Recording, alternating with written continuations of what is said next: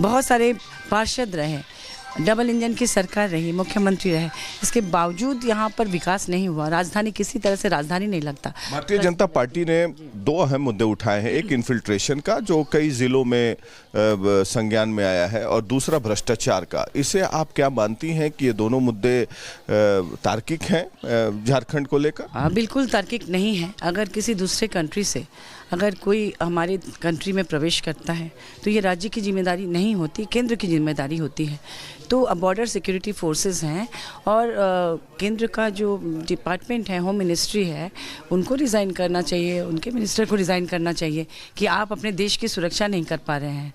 राज्य सरकार तो हमेशा लड़ती है बाहरी ताकतों के खिलाफ, और अगर आप जो आरोप लगा रहे हैं वो असम के रास्ते से हो रहा है, झारखंड के रास्ते से नहीं। आपने बोला कि केंद्र सरकार को देखना चाहिए, तो क्या आप मानती हैं कि घुसपैठिया एक मुद्दा है, इन्फिल्ट्रेशन एक मुद्दा है झारखंड में? ये मुद्दा एक्चुअली भाजपा ने ही इसको हवा दी है। एक्चुअली भाजपा के कार्यकाल में 17-18 सालों में ह्यूमन ट्रैफिकिंग मैक्सिमम हुई है। हजारों लड़कियों की, जो आदिवासी या मूलवासी लड़कियां, नाबालिग लड़कियों की तस्करी हुई है। पन्नालाल जैसे ट्रैफिकर हुए हैं, आप जाके देख सकते हैं कि वो लगभग 15,000 लड़की की तस्करी एकमात्र उन्होंने भी की थी। प्लेसमेंट एजेंसियां झारखंड में भर गई थी। उससे जो आंकड़े कम हुए आदिवासियों के उस समय का, आप देखिए उनके कार्यकाल में आदिवासियों के आंकड़े कम हुए जो कि बाहर चले गए नौकरी के नाम पर।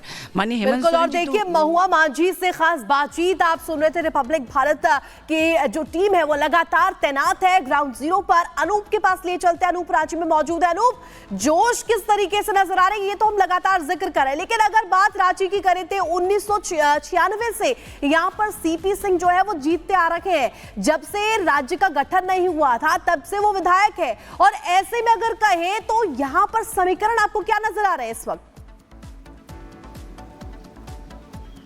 देखिए, मैं आपको बता दूं कि ये जो सीट है बहुत हॉट सीट में गिना जाता है रांची को, और राजधानी आप इसके बाद समझ लीजिए। अगर हम सिटिंग विधायक की बात करें सीपी सिंह की, तो 7वीं बार उनको ये मौका मिला है, और बड़े पद पर रहे, मंत्री रहे हैं, विधानसभा स्पीकर रहे हैं, विधायक रहे हैं, और लगातार रांची से विधायक रहे हैं। और महुआ मांझी की मैं बात करूं तो तेज तर्रार लीडर है, महिला नेत्री है जेएमएम की, और महिला आयोग से लेकर राज्यसभा सांसद बनी हुई अभी फिलहाल। लेकिन हाँ, पिछली बार भी मुकाबला इन्हीं दोनों के बीच में था खासतौर पर, और पिछली बार भी बहुत टफ फाइट थी, और लगभग 5,500 वोटों के अंतर से महुआ मांझी हार गई थी। लेकिन इस बार उससे भी कड़ा मुकाबला माना जा रहा है, और हो सकता है उलटफेर भी यहां हो जाए, ऐसी संभावनाएं भी जताई जा रही है। लेकिन समीकरण जो है, वोटर्स अपने माइंड में क्या लेकर आए हैं, क्या सोच कर आए हैं, ये किसी को नहीं पता होता। रिजल्ट जब सामने आते हैं तब पता चलता है कि आखिर वोटर के मन में क्या चल रहा था। मोनिका, लेकिन अनूप, सवाल यहां पर यह भी बन जाता है कि देखिए किस तरह की लहर आपको नजर आ रही है, क्योंकि झारखंड की राजनीति को आप बहुत गहराइयों से समझते हैं। तो झारखंड की बात करें, क्या कुछ कहती नजर आ रही है झारखंड की राजनीतिक नब्ज? क्या बीजेपी वो रिजल्ट लेकर आ पाएगी जो रिजल्ट हमने राजस्थान में देखा था, जो रिजल्ट हमने मध्य प्रदेश में देखा था? देखिए, इससे इनकार नहीं कर सकते हैं। प्रेडिक्शन करना अब थोड़ा मुश्किल हो गया है। जिस तरीके से हाल के दिनों में जो चुनाव के नतीजे आए थे, चाहे हरियाणा की बात कर ले, छत्तीसगढ़ की बात कर ले, जो रिजल्ट सामने आए उसके बाद थोड़ा सोचना मुश्किल हो गया कि कब कहां वोटर कहां स्विंग कर रहा है, ये जानना भी मुश्किल हो गया है। सच्चाई तो ये है कि जो भी कैंडिडेट पहुंचते हैं वोटर्स के बीच में, वोटर्स सबको कहते हैं कि हम आपको वोट दे रहे हैं, आपके साथ चल रहे हैं, लेकिन वोट किसको दिया जाता है ये एक्चुअल डेट में पता चलता है, जब वोटर्स अपने मन में, अपने दिल पे उस कैंडिडेट का नाम लेके जाता है और वोट उसको करता है। इसीलिए अभी कहना थोड़ा मुश्किल होगा, लेकिन टक्कर जबरदस्त है, और सीधे तौर पर एनडीए और महागठबंधन के बीच ये टक्कर हो रही है, और इन्हीं दोनों के बीच सीधा मुकाबला है। नतीजे जो भी हो, इसके बारे में पहले से प्रेडिक्शन करना थोड़ा मुश्किल है, लेकिन जबरदस्त और कांटे की टक्कर चल रही है। अनूप, इसके अलावा देखिए महिलाओं की संख्या आपको बूथ पर कैसी नजर आ रही है? कितनी संख्या में महिलाएं पहुंची हैं और युवा पहुंचे हैं? देखिए, मैं एक बार फिर तस्वीर आपको दिखा दूंगा। ये तस्वीर उमेश दिखाएंगे।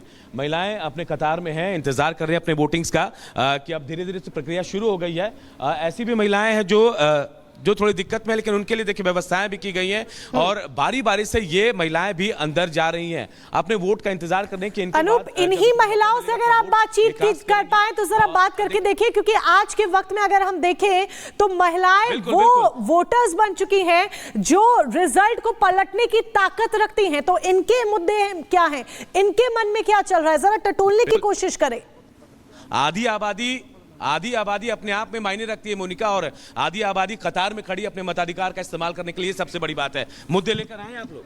जी विकास हम चाहते हैं कि झारखंड विकास हो और इतना अनएम्प्लॉयमेंट है कि यूथ के लिए 24 साल का झारखंड हो गया, जहां पहुंचना था पहुंच पाया झारखंड? नहीं नहीं हुआ। नहीं तो इसी मुद्दे पर वोट करेंगे। जी विधानसभा चुनाव में रोड, नली, गली ये समस्याएं नहीं है इस बार, बिल्कुल अलग मुद्दे हैं। जी ये भी है और साथ में मैं चाहती हूँ कि यहाँ पे रोजगार भी मिले लोगों को। बस मुद्दे यही है। आप खुद रोजगार चाहती हैं? जी हाँ। आप बताइए। हाँ, रोजगार के लिए बच्चे लोग बहुत परेशान हैं। हाँ। मैडम आप भी देख रहा हूँ कतार में खड़ी हैं, क्या सोच कर आई हैं सुबह सुबह? ये वोट देंगे जो काम करे। काम तो करेगा। हाँ। किसको देना है ये नहीं बताना है आपको, लेकिन जो काम करेगा उसको देना है। मन में ठान कर आई एकदम। परिवार के बाकी लोग? परिवार के बाकी लोग बाद में आएंगे। वॉकिंग करते करते। अच्छा मैडम आप बताइए, आप भी वोट देने आए, क्या सोच कर आई हैं सुबह सुबह? नाश्ता वास्ता हुआ कि नहीं हुआ? पहले जलपान, फिर पहले मतदान, फिर जलपान। पहले मतदान फिर जलपान। तो ये संदेश लोगों को दे रहे हैं, क्या घरों से निकले हैं वो लोग? जी सब निकल गए हैं, सब आ रहे हैं। आप बताइए मैडम, लाइन पे खड़े हैं, क्या मुद्दे? जितने संसाधन है झारखंड में उतना डेवलपमेंट नहीं हुआ है, उसी को लेकर हम लोग वोट कर रहे हैं। बिहार से अलग हुआ था विकास को लेकर, उस पटरी पर नहीं पहुंचा? बिल्कुल नहीं पहुंचा नहीं झारखंड। पहुंचा है।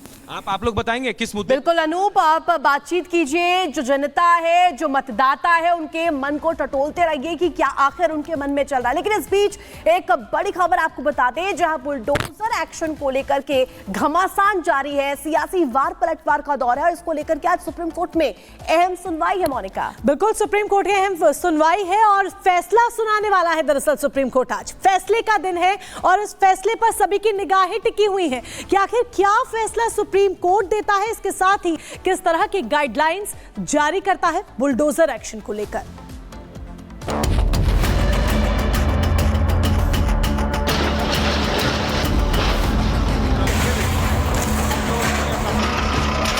दंगाइयों के सामने नाक रगड़ने वाले लोग बुलडोजर के सामने वैसे ही पस्त हो जाएंगे। बुलडोजर संवैधानिक नहीं है, अनकॉन्स्टिट्यूशनल चीज है। बुलडोजर चलेगा या रुकेगा?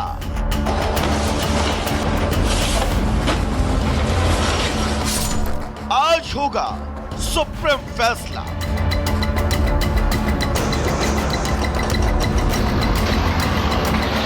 देश भर में चल रही बुलडोजर कार्रवाई के खिलाफ दाखिल याचिकाओं पर सुप्रीम कोर्ट 13 नवंबर यानी आज फैसला सुनाएगा। कोर्ट ने कहा है कि वो पूरे देश में लागू होने वाली गाइडलाइन बनाएगा। इस मामले पर सुनवाई करते हुए बीते 17 सितंबर को सुप्रीम कोर्ट ने बुलडोजर एक्शन पर रोक लगाई थी। वो रोक अभी भी जारी है। कोर्ट के फैसले के बाद अब उसके मुताबिक ही